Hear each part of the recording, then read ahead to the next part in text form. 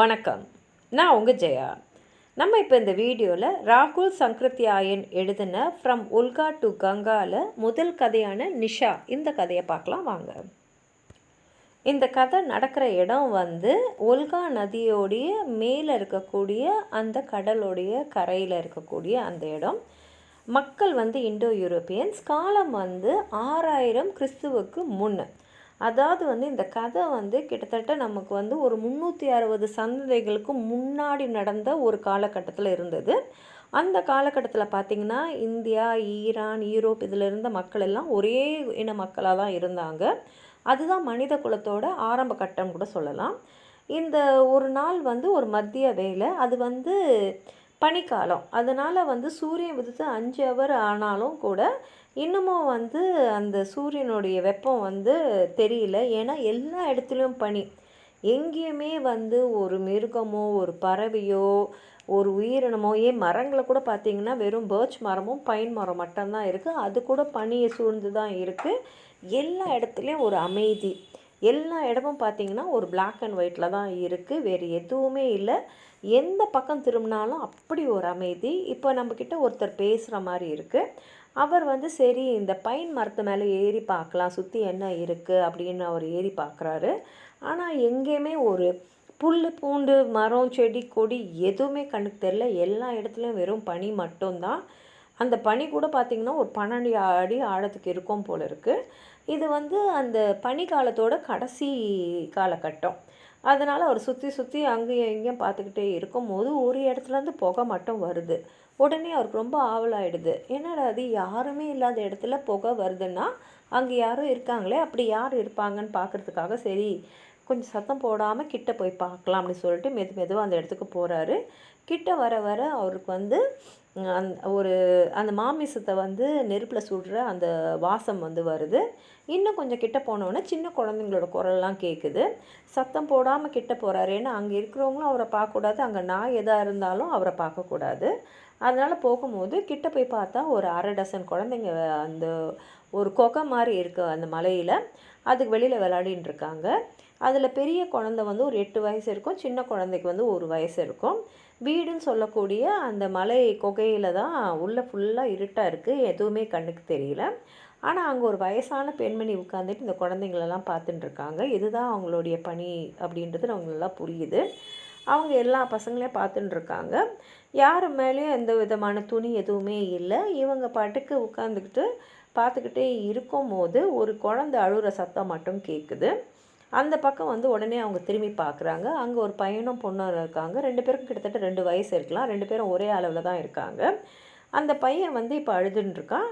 அந்த பொண்ணு ஒரு எலும்பை அப்படின்னு உறிஞ்சிக்கிட்டே இருந்துட்டு அவங்க பாட்டி திரும்பி பார்க்குறத பார்த்தோன்னே வாயில் போட்டு முழுங்கிடுறான். உடனே அந்த பாட்டி அந்த பையன் அழுகிற பையனை பார்த்து, ஏகேன்னு இங்கே வா, பாட்டி இங்கே இருக்கேன் பார், வா வான்னு கூப்பிட்றாங்க.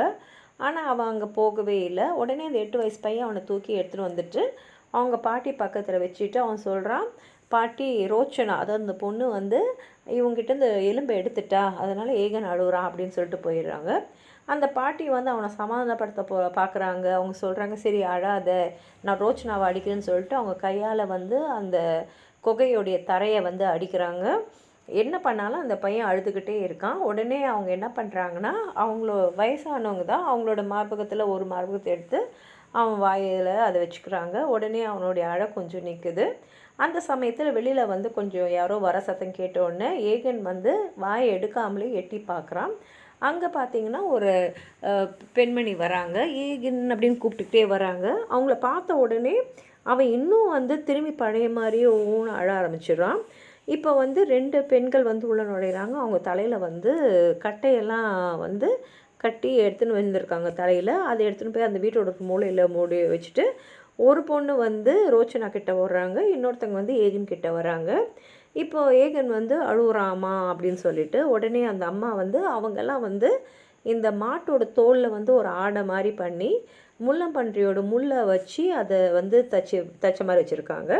இப்போ அதையெல்லாம் எடுத்துட்டு அவங்கள உடம்புல ஆடையே இல்லாமல் இருந்துட்டு இந்த குழந்தைய தூக்கி அவங்களோட மார்பகத்துக்கிட்ட வச்சுக்கிறாங்க. அவனும் ஆசையாக அவங்கக்கிட்ட சந்தோஷமாக பாலை குடிச்சிட்ருக்கான். இந்த 2 பெண்களுக்குமே ஒரு 18 வயசு இருக்கும். இப்போ அந்த இன்னொரு பொண்ணை வந்து ரோஷனை கூப்பிட்டுக்கிட்டு அவங்க பக்கத்துலேயே வந்து உட்காந்துக்கிறாங்க. 2 பேரும் வந்து அந்த குழந்தைங்கிட்ட ஆசையாகவே இருக்காங்க. இப்போ வந்து நமக்கு அந்த 2 பெண்களும் பார்க்கும்போதே நமக்கு தெரியுது அவங்க 2 பேருமே வந்து சகோதரிகள்னு. ஏன்னா ஒரே ஜாடையில் தான் இருக்காங்க. இப்போ இவங்களை விட்டுட்டு கொஞ்சம் தூரத்தில் போய் பார்த்தோன்னா கொஞ்சம் பேர் அவங்க எல்லாமே வந்து இந்த பனியில் வந்து அந்த மலை மேலே ஏறின்னு இருக்காங்க. இந்த அவங்களும் வந்து இந்த மாட்டோட தோலில் ஒரு ஆடை மாதிரி அவங்க உடம்பை சுற்றி போட்டுருக்காங்க. அவங்க கையில் வந்து ஆயுதம்லாம் இருக்குது. இன்னும் கிட்ட போய் பார்க்கும்போது தான் அவங்க வந்து வேட்டையாட வந்திருக்காங்க. அந்த குழுவோட தலைவி வந்து ஒரு பெண்மணி. அவங்களுக்கு ஒரு 40-50 வயசு இருக்கும்னு தெரியுது. ரொம்ப பலமான ஒரு பெண்மணியாக இருக்காங்க. அவங்க கையில் 2 ஆயுதம் இருக்குது. அவங்க தான் முன்னாடி நடக்கிறாங்க. அவங்க வந்து நடக்கிறதுலேருந்தே தெரியுது அவங்க சுற்றி முற்றி ஏதாவது கிடைக்குதான்னு பார்க்குறாங்கன்னு. அவங்க பின்னாடி வந்து ஒரு 4 ஆண்களும் 2 பெண்களும் இருக்காங்க. அதில் ஒரு ஆண் மட்டும் இந்த பெண்மணியோட கொஞ்சம் பெரியவராக இருக்கார். மற்றவங்களாம் பார்த்திங்கன்னா ஒரு 26 வயசுலேருந்து 14 வயசு வரைக்கும் இருப்பாங்க. இவங்க எல்லாரையும் பார்க்கும்போது ஒரே மாதிரி தான் ஒரு முகத்தோற்றம் அவங்களுக்குள்ளே இருக்குது. இந்த பெண்கள் பார்த்திங்கன்னா ஒருத்தவங்களுக்கு வந்து 22 வயசும் இன்னொருத்தவங்களுக்கு 16 வயசும் இருக்குது. எல்லாரோட முகமும் அந்த குகையில் பார்த்து அந்த பாட்டி அம்மா முகம் மாதிரி தான் இருக்குது. அதனால் இவங்க எல்லாம் வந்து ஒரே குடும்பத்தை சேர்ந்தவங்க அப்படின்ற ஒரு எண்ணம் நமக்குள்ளே வருது. அவங்கக்கிட்ட இருக்கக்கூடிய ஆயுதங்கள் பார்த்திங்கன்னா அது ஒன்று மரத்தாலேயோ இல்லை எலும்பாலேயோ இல்லை கல்லாலேயோ செய்யப்பட்டு கைகளாலேயே வந்து நுட்பமாக நல்லா கூராக வந்து அவங்க செஞ்சுருக்காங்க. இப்போ அப்படி இப்படின்னு தேடி போய்கிட்டே இருக்கும்போது அவங்க வந்து ஒரு குகைக்கிட்ட வராங்க. அந்த குகைக்கிட்ட வந்த உடனே என்ன ஆகிடுதுன்னா அப்படியே வந்து அந்த அம்மா வந்து நின்றுட்டு குகைக்கு வெளியில் வந்து ஏதாவது காலடி தடம் தெரியுதா அப்படின்னு தேடி பார்க்குறாங்க. ஆனால் எந்த வித தடமும் தெரியல. அதனால் அவங்க மட்டும் குகைக்குள்ளே போய் பார்க்குறாங்க. குகை ரொம்ப இருட்டாக இருக்குது. அதனால் அவங்க ஒரு கொஞ்ச நேரம் நின்று கண்ணை வந்து அந்த இருட்டுக்கு பழக்கிக்கிறாங்க.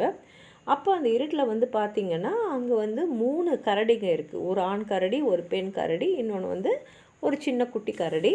அந்த கரடிங்கெல்லாம் வந்து 6 மாதம் தூக்கத்துலேயும் 6 மாதம் வந்து ஆக்டிவாகவும் இருக்கும். இந்த 6 மாதம் தூக்கன்றது இந்த பனிக்காலம் முழுசவே இருக்கும். அந்த காலகட்டத்தில் தான் இவங்க வந்திருக்காங்க. கிட்டத்தட்ட 4-5 மாதமாக இந்த கரடிங்க தூங்கிட்டு தான் இருக்காங்க. இப்போ அந்த அம்மா சத்தமே பண்ணாமல் திரும்பி அந்த குகையை விட்டு வெளியில் வந்துட்டு அவங்க முகத்தோட பிரகாசத்துலேயே மற்றவங்களுக்கு தெரிஞ்சிடுது அவங்களுக்கு வந்து நல்ல ஒரு வேட்டை கிடச்சிருக்குன்னு. அவங்க என்ன பண்ணுறாங்கன்னா அவங்க விரலில் வந்து நடுவில் 3 விரலை வந்து தூக்கி காட்டுறாங்க. இதுலேருந்து மற்றவங்க புரிஞ்சுக்கிறாங்க உள்ளே வந்து 3 இருக்குது அப்படின்னு. உடனே 2 ஆண்கள் வந்து அவங்களுடைய கருவிகளை எடுத்துக்கிட்டு மூச்சு கூட வந்து தெரியாத மாதிரி மெதுவாக உள்ள நுழையிறாங்க. அந்த அம்மா வந்து அந்த ஆண் கரடி பக்கத்துலேயும் அந்த பெரிய ஆண் வந்து பெண் கரடி பக்கத்துலேயும் இன்னொருத்தர் வந்து அந்த குழந்தை கரடி பக்கத்தில் நின்றுக்கிறாங்க. ஒரே சமயத்தில் 3 பேரும் ஓங்கி அவங்களோட குச்சியை வந்து அந்த கரடிகளுடைய இதயத்தில் வந்து குத்துறாங்க. இந்த மிருகங்கள் நவரக்கூட இல்லை. ஏன்னா 6 மாத தூக்கத்தில் கிட்டத்தட்ட இன்னும் 1 மாதம்தான் அதுங்களுக்கு பாக்கி இருக்குது. அவங்க வந்து நல்ல தூக்கத்தில் இருந்ததுனால அந்த மிருகங்களால் எந்த எதிர்ப்பையும் தெரிவிக்க முடியல. தூக்கத்திலே அதுங்க இறந்துடுறாங்க. ஆனாலும் இவங்க 2-3 வாட்டி திரும்பி குத்திட்டு அதுக்கப்புறம் வந்து அந்த கரடிகளெல்லாம் இழுத்துக்கிட்டு வெளியில் வராங்க. ரொம்ப சந்தோஷமாக இருக்காங்க. அப்புறம் அந்த கரடிங்களை வந்து இந்த அம்மா வந்து அவங்களுடைய அந்த தோல் ஆடைக்குள்ளே வந்து ஒரு கத்தி மாதிரி வச்சுருக்காங்க. அதை எடுத்துட்டு அவங்க குத்தின இடத்துலேருந்து அப்படியே அந்த தோலை வந்து அப்படியே அருமையாக வந்து நாசுக்காக வெட்டி எடுத்துட்டு அந்த ஆண் கரடியோட இதயத்தை சின்ன பீஸாக வெட்டி அவங்க வாயில் ஒன்று அதுக்கப்புறம் மற்றவங்களுக்குன்னு சொல்லிட்டு எல்லாருக்குமே வந்து கொடுக்குறாங்க. எல்லாருமே வந்து முதல்ல ஆண் கரடியோட இதயத்தை, அதுக்கப்புறம் பெண் கரடியோட இதயத்தை, அதுக்கப்புறம் வந்து அந்த சின்ன பாப்பா கரடியோடைய இதயத்தையும் சாப்பிட்றாங்க. எல்லாருக்கும் ரொம்ப சந்தோஷமாக இருக்குது. இப்போ அந்த 16 வயசு பொண்ணு வந்து வெளியில் போயிட்டு கொஞ்சம் பனி எடுத்து வாயில் போட்டுக்கிறாங்க. அந்த பெரிய ஆளும் வெளியில் வந்து அவரும் வந்து வாயில் ஒரு பனியை போட்டுட்டு அதுக்கப்புறம் அந்த பொண்ணோட கையை பிடிக்கிறாரு. அவன் முதல்ல ஒரு எதிர்ப்பு சாதாரணமாக தெரிவித்தாலும் அப்புறம் வந்து பேசாமல் இருந்துடுறான். அதுக்கப்புறம் அந்த ஆண் வந்து அவங்க தோல் மேலே கையை போட்டுட்டு அவங்கள ஒரு பக்கமாக அழைச்சின்னு போயிடுறாரு. இவங்க 2 பேரும் திரும்பி வரும்போது அவங்க 2 பேர் கையிலையும் வந்து பனியோடு வராங்க. அந்த ஆள் வந்து அந்த அம்மாவை பார்த்துட்டு சொல்கிறாரு, நீ வந்து களைப்பாக இருப்பேம்மா, நான் வெட்டுறேன் அப்படின்னோடனே அந்த அம்மா என்ன பண்ணுறாங்கன்னா கத்தியை வந்து அவர்கிட்ட கொடுத்துட்டு அங்கே இருக்கிற அந்த 24 வயசு அந்த ஆணுடைய முகத்தை அப்படியே தடவிட்டு அவரோட கையை எடுத்துக்கிட்டு அவங்க வந்து ஒரு பக்கம் அழைச்சின்னு போயிடுறாங்க. இவங்க எல்லாம் உட்காந்துக்கிட்டு அந்த 3 கரடிகள் தான் கொஞ்சம் கொஞ்சமாக எடுத்து சாப்பிட்றாங்க. இப்போ வந்து இந்த கரடிங்கள்லாம் வந்து ஒரு 4 மாதம் தூக்கத்திலே இருந்ததுனால அது உடம்புல அவ்வளோ கொழுப்புலாம் இல்லை. அதிலே வந்து அந்த சின்ன கரண்டியோடைய மாமிசம் வந்து ரொம்பவும் வந்து இலசாவும் சோயாவும் இருக்குது. இவங்க எல்லாம் நல்லா சாப்பிட்டுட்டு கொஞ்ச நேரம் ஓய்வு எடுக்கிறாங்க. ஆனால் ரொம்ப நேரம் ஓய்வு எடுக்க முடியாது. ஏன்னா இருட்டுறதுக்குள்ளே அவங்க வந்து வீட்டுக்கு வந்து ஆகணும். அதனால் ஒரு 2 ஆண்களும் வந்து ஒரு கரடியை அவங்க வந்து தூக்கிக்கிட்டு, அந்த பெண் வந்து அந்த சின்ன கரடியை தூக்கிக்கிட்டு நடக்க ஆரம்பிக்கிறாங்க. இந்த அம்மா தான் வந்து முன்னாடி எல்லாருக்கும் முன்னாடி வழி காமிச்சிக்கிட்டே வந்துன்னே இருக்காங்க. அவங்க வந்து வேகமாக போய் சேர்ந்தாகணும். ஏன்னா வந்து இருட்டாயிடுச்சுன்னா வெறும் நிலவு வெளிச்சம்தான் அவங்களுக்கு இருக்கும். அதனால் அவங்க வந்து வேக வேகமாக நடந்துட்டுருக்காங்க. வீடு இன்னும் கொஞ்சம் தூரத்தில் இருக்கும்போது திடீர்னு பார்த்தா அம்மா வந்து நின்றுடுறாங்க. நின்றுட்டு ஏதோ ஒரு சத்தம் கேட்டதை உன்னிப்பாக கூர்ந்து கவனிக்கிறாங்க. அவங்கள பார்த்துட்டு மற்றவங்களாம் கூட அப்படியே நின்றுடுறாங்க. எல்லா இடத்துலையும் அமைதியாக இருக்குது. இப்போ இந்த 16 வயசு பொண்ணு வந்து அந்த 24 வயசு ஆண்கிட்ட போய் கேட்குறா, கிர் கிர் புருக் புருக் அப்படின்றா, அதாவது கரடியா அப்படின்னு. இதை கேட்டு அந்த அம்மாவும் வந்து ஆமான்ற மாதிரி சொல்லிவிட்டு எல்லாம் தயாராக இருங்கன்றாங்க. இப்போ இவங்க என்னெல்லாம் எடுத்துகிட்டு வந்தாங்களே அந்த 3 கரடிங்களையும் நடுவில் போட்டுட்டு அதை சுற்றி அவங்க நின்றுக்கிட்டு அவங்களுடைய ஆயுதத்தை வச்சுட்டு எல்லா திசையும் நோக்கி அவங்க பார்க்குற மாதிரி இருக்கும்போது ஒரு 7-8 ஓநாய்க்கள் வந்து அவங்கள சுற்றி வளைக்குது. இப்போ இந்த ஓநாய்க்கள் வந்து இவங்கள வந்து தாக்க போகுதுன்னு தெரிஞ்சிடுது. அப்போ என்ன ஆகிடுதுன்னா, நடுவில் இருந்த பையன் அவன் வந்து அவன்கிட்ட வந்து இருக்கக்கூடிய ஆயுதங்களெல்லாம் தயார் பண்ணி ஒரு அம்பு மாதிரி பண்ணுறான். அவன் கூட சேர்ந்து அந்த 24 வயசு பையனும் சேர்ந்து 2 பேரும் சேர்ந்து அந்த ஒரு ஓநாயை தாக்குறாங்க. அந்த ஓநாய் தாக்கப்பட்டது என்ன ஆகிடுதுன்னா, முதல்ல வந்து எப்படியோ திரும்பி எழுந்து வந்தாலும் திரும்பி அவங்க தாக்குதலில் இறந்துடுது. இந்த ஓநாய் இறந்து கீழே விழுந்து அது உடம்புல ரத்தத்தை வரதை பார்த்த உடனே மற்ற ஓநாய்கள்லாம் வந்து அதை சாப்பிட்றதுக்கு போயிடுறாங்க. இப்போ இந்த ஓநாய்கள்லாம் வந்து அந்த விருந்தை சாப்பிட்டுன்னு இருக்கும்போது இந்த வேட்டையாடினவங்களுக்குலாம் தெரிஞ்சிச்சு, அந்த ஓநாயை சாப்பிட்ட உடனே நம்மளை வந்து இந்த ஓநாய்கள் தாக்கும்னு. அதனால அவங்க என்ன பண்ணுறாங்கன்னா, அந்த 3 கரடியும் தூக்கிக்கிட்டு வேக வேகமாக நடந்து ஓடி வந்துக்கிட்டே இருக்காங்க. இன்னும் கொஞ்சம் தூரம் வந்தால் அவங்க குகை வந்துடுன்ற நிலமையில் பார்த்திங்கன்னா இந்த ஓநாய்ங்கள்லாம் தெருத்தின்னு வந்து அவங்கள பிடிச்சிட்டாங்க. இப்போ 2வது வாட்டி என்ன ஆகிடுதுன்னா, இவங்க வந்து சரியாக அந்த ஓநாய்களை தாக்க முடியல. அப்போ 4 ஓநாய்க்கள் வந்து அந்த 16 வயசு பொண்ணு மேலே வந்து குதித்து அவளோட தொடையை கடிச்சிட்டு அதுக்கப்புறம் உடம்பு வந்து சாப்பிட ஆரம்பிச்சிடுறாங்க. அந்த ஓநாயை திருத்துறதுல எல்லாருமே வந்து ஈடுபட்டுன்னு இருக்கும்போது மிச்ச 3 ஓநாய்க்கள் வந்து என்ன ஆகிடுதுன்னா, அந்த 24 வயசு இளைஞருடைய பின்னாடியில் வந்து அவனை தாக்கி அவன் உடம்பை வந்து கிழிக்க ஆரம்பிச்சிடுறாங்க. இப்போ அதுக்குள்ளே இந்த பொண்ணை வந்து ஒரு 30-40 அடி தூரத்துக்கு மற்ற ஓநாய்களும் தூக்கின்னு போயிடுறாங்க. இந்த 24 வயசு ஆணும் வந்து கொஞ்சம் இறக்குற தருவாயில் கடைசி மூச்சில் தான் இருக்கிறான். அந்த மாதிரி ஆகிடுது. அதுக்குள்ளே இவங்க ஒரு ஓநாயை தாக்கிடுறாங்க. தாக்கின உடனே அந்த சாகிற ஓநாயோடைய வாயுக்குள்ளே ஒரு ஈட்டியை வச்சுட்டு அது உடம்புல வந்து இவங்க காயம் ஏற்படுத்தினாங்களே அது வழியாக வர ரத்தத்தை வந்து இவங்கெல்லாம் வந்து குடிக்கிறாங்க. அந்த அம்மாவும் வந்து ஒரு நரம்பை வந்து வெட்டுறாங்க. அப்போ தான் நல்லா ரத்தம் வரும், இவங்களும் குடிக்கலான்னு. இதெல்லாம் கொஞ்சம் நிமிஷத்துலேயே ஆகிடுது.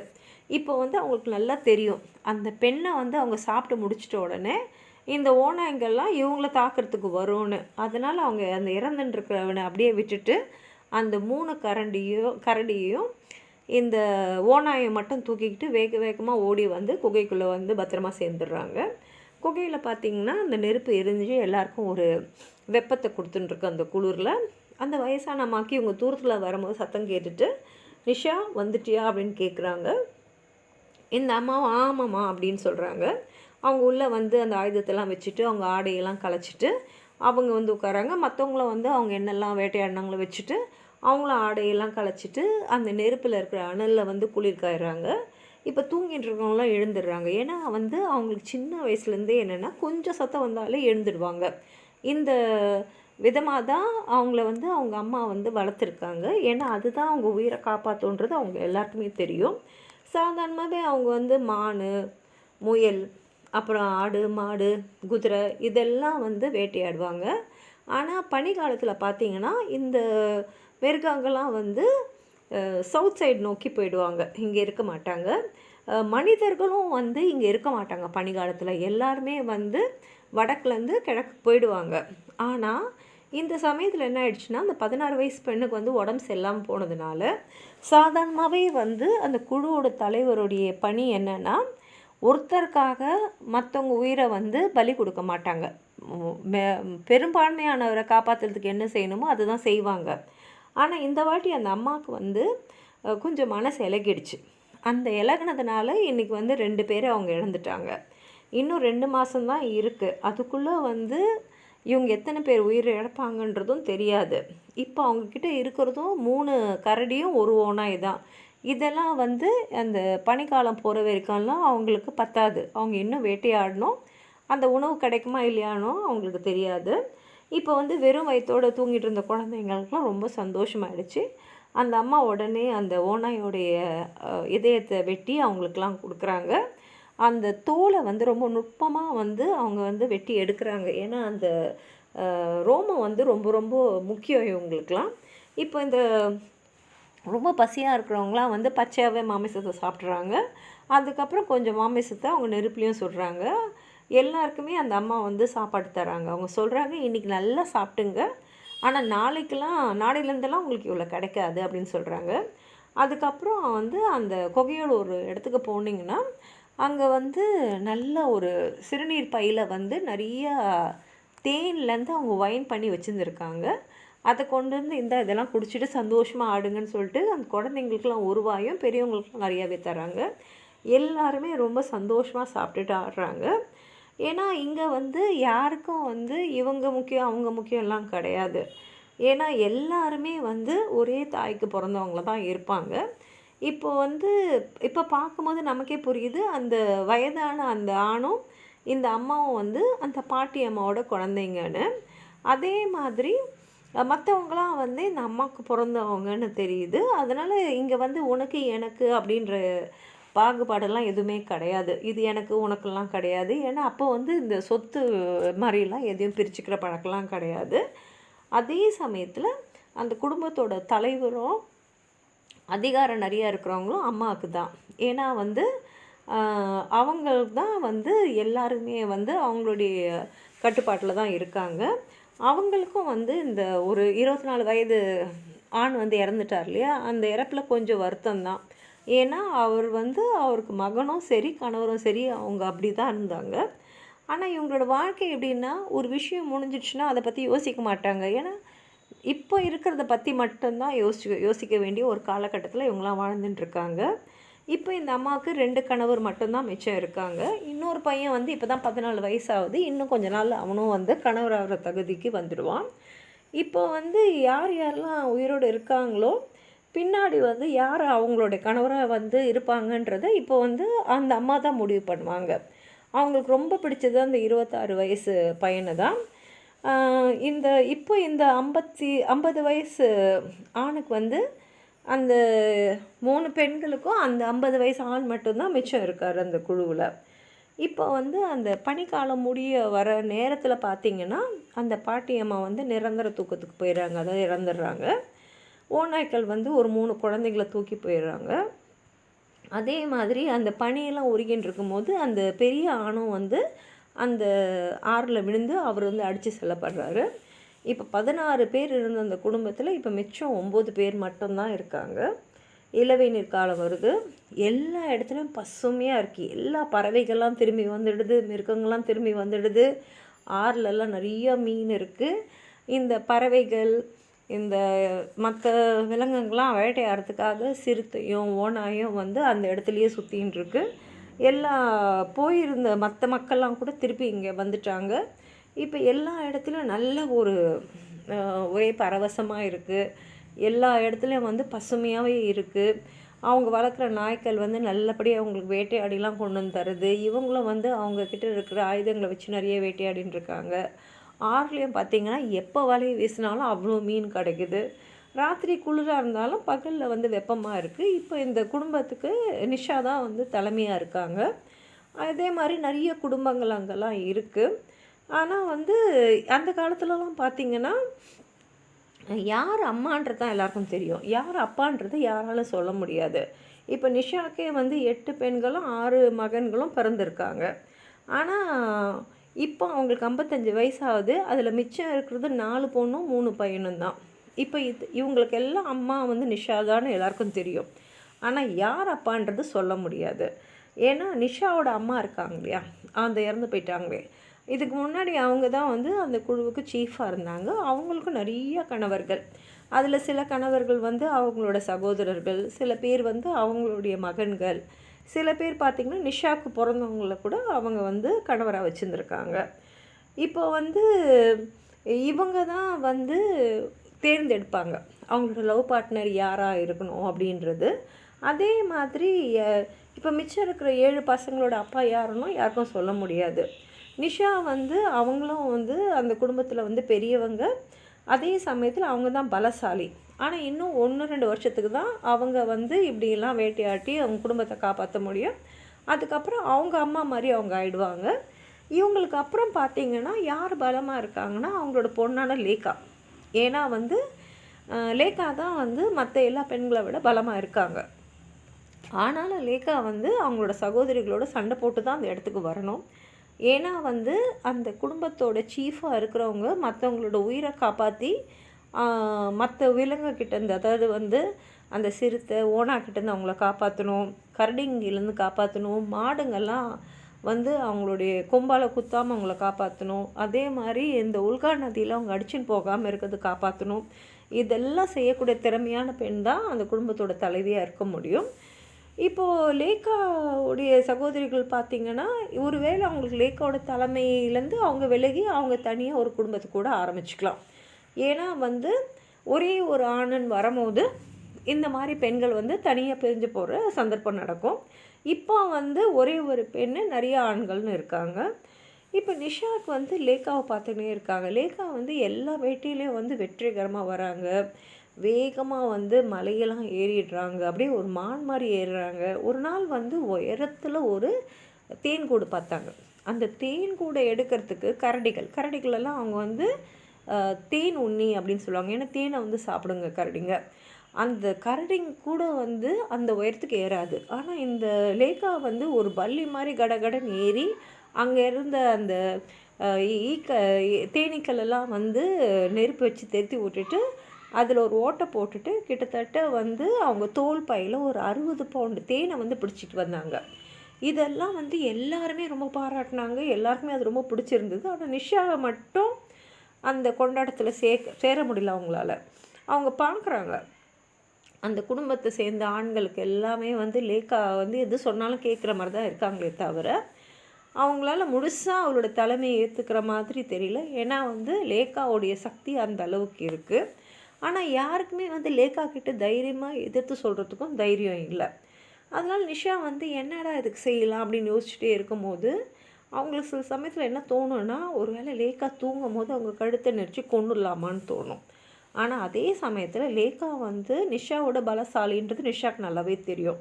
அதனால் தனியால் லேக்காவை அவங்களால கொல்ல முடியாதுன்றது நிதர்சனம். அப்போ யாரோட உதவியை கேட்கலான்னா யாரும் வரமாட்டாங்க. ஏன்னா அந்த குடும்பத்தில் இருக்கிற ஆண்களுக்கெல்லாம் லேக்காவுடைய அன்பை பெறுறதுல தான் அவங்களுக்குள்ள ஒரு போட்டி இருந்தது.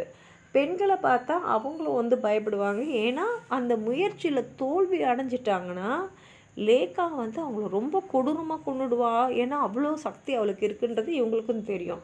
ஆனால் நிஷா உட்காந்து யோசிச்சுனே இருக்கும்போது அவங்க மனசில் ஒரு எண்ணம் வருது. அவங்களுக்கு அந்த ஐடியா வந்து ரொம்ப நல்லா இருக்குதுன்னு தோணுது. அடுத்த நாள் என்ன பண்ணுறாங்கன்னா, ஒரு பொழுது விடிஞ்சு ஒரு 3 ஹவர் இருக்கும். எல்லா குடும்பமும் வந்து அவங்கவுங்க வீட்டு டென்ட்டில் இருக்கும்போது லேக்கா வந்து கொஞ்சம் தூரத்தில் உட்காந்துட்டுருக்காங்க. லேக்காவோட பொண்ணு 3 வயசு பையன் வந்து அங்கே விளையாடின்னு இருக்கான். இப்போ நிஷா என்ன பண்ணுறாங்கன்னா, அவங்க கையில் நிறைய ஸ்ட்ராபெரிஸை ஒரு இலையில் ஒரு கப்பு மாதிரி பண்ணி எடுத்துன்னு வராங்க. எடுத்துன்னு வந்துட்டு ஒரு ஸ்ட்ராபெரியை அந்த பையன் முன்னாடி தூக்கி போடுறாங்க. அவன் ஓடி வந்து அதை எடுத்து சாப்பிட்றான். அதுக்கப்புறம் அப்படியே ஸ்ட்ராபெரிஸை தூக்கி போட்டுக்கினே இருக்க அவனை அப்படியே நதிக்கிட்ட கொண்டு வராங்க. அந்த நதிக்கிட்ட வரும்போது அவன் அப்படியே தவறி நதியில் ஊந்துடுறான். அவன் விழுந்த உடனே நிஷா வந்து கத்துறாங்க. தூரத்துலேருந்து இதை பார்த்துட்டு லேக்கா உடனே ஓடி வராங்க. அவங்க வரத்துக்குள்ளே அந்த பையன் வந்து ஒரு பாதி தண்ணியில் மூழ்கிடுறான். அவங்க உடனே வந்து குதித்து அவனை வந்து பிடிச்சிடுறாங்க.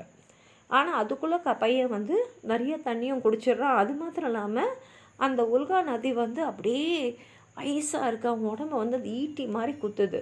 இப்போ எப்படியோ லேக்கா வந்து அவனை ஒரு கையால் பிடிச்சிட்டா. இப்போ ஒரு கையாலையும் அவள் காலாலையும் நீச்சல் அடிச்சுட்டு அவள் வெளியில் வரத்துக்கு முயற்சி செய்யும் போது அவள் பின்னாடியிலேருந்து பலமான 2 கை வந்து அவள் கழுத்து அப்படியே நெரிக்குது. இப்போ லேக்காக்கு இது யாருன்னு நல்லாவே தெரியும். ஏன்னா கொஞ்ச நாளாகவே அவள் நிஷாவுடைய நடவடிக்கையை கவனிச்சிட்டு தான் இருக்கா. நிஷா வந்து அவளை ஒரு பாதையில் இருக்கிற முள்ளை எடுக்கிற மாதிரி எடுக்க முயற்சிக்கிறான்றது அவளுக்கு நல்லா தெரியும். இப்போ இவ கையில் வந்து ஒரு கையில் பையன், 2 கால்லையும் ஒரு கையிலையும் நீச்சல் அடிச்சுட்டு இருக்கான். அந்த பையன் வேறு நிறைய தண்ணியை குடிச்சிட்டான். அதனால் வந்து நிஷாவுக்கு வந்து ஒரு போராட்டமாக தான் இருக்குது. லேக்காவுக்கு இது ஒரு போராட்டமாக தான் இருக்குது. ஆனால் நிஷா என்ன பண்ணிடுறான்னா அவள் சக்தியெல்லாம் உபயோகித்து லேக்காவை அப்படியே கீழே வந்து அழுத்திடுறான். இந்த போராட்டத்தில் அந்த குழந்தை வந்து லேக்காவோட கையை விட்டு நழுவி அது ஆத்தோடு அடிச்சுன்னு போயிடுது. ஆனால் நிஷா வந்து எப்படியோ லேக்காவை வந்து ஒன்றுமே செய்ய முடியாத நிலைமைக்கு கொண்டு போயிட்டான். ஆனால் நிஷா என்ன பண்ணிடுறான்னா அதுக்குள்ளே வந்து இந்த லேக்கா என்ன பண்ணிடுறான்னா அதுக்குள்ளே வந்து நிஷாவுடைய கழுத்தை வந்து அப்படியே நெரிச்சிட்டு அவளும் வந்து சுயநினைவை இழந்துறா. இப்போ லேக்கா வந்து சுயநினைவு இல்லாமல் இருக்கா. ஆனால் அவள் கை வந்து நிஷாவோட கழுத்தை சுற்றி இருக்கிறதுனால அந்த கிணத்தோடு சேர்ந்து நிஷாவால் நீச்சல் அடிக்க முடியல. அவள் எவ்வளோ திணறா, ஆனால் முடியல. அதுக்கப்புறம் 2 பேரும் சேர்ந்து அந்த நதியோடு அடிச்சுன்னு போயிடுறாங்க. கடைசியில் பார்த்திங்கன்னா அந்த குடும்பத்தில் இப்போ வந்து பலமான பெண்மணியாக இருக்குது ரோச்சனா தான். அதனால் அந்த நிஷா ஃபேமிலியோட அடுத்த தலைவியாக ரோச்சனா ஆயிடுறாங்க. இதோட கதை வந்து முடிஞ்சிடுது. உங்களுக்கு எதாவது சொல்லணும்னு நினச்சிங்கன்னா கீழே இருக்கிற கமெண்ட் பாக்ஸில் எழுதுங்க. இந்த வீடியோவை லைக் பண்ணுங்கள், உங்கள் ஃப்ரெண்ட்ஸோடு ஷேர் பண்ணுங்கள். சப்ஸ்கிரைப் பண்ணாதவங்களாம் ப்ளீஸ் சப்ஸ்கிரைப் பண்ணி சப்போர்ட் பண்ணுங்கள். நன்றி.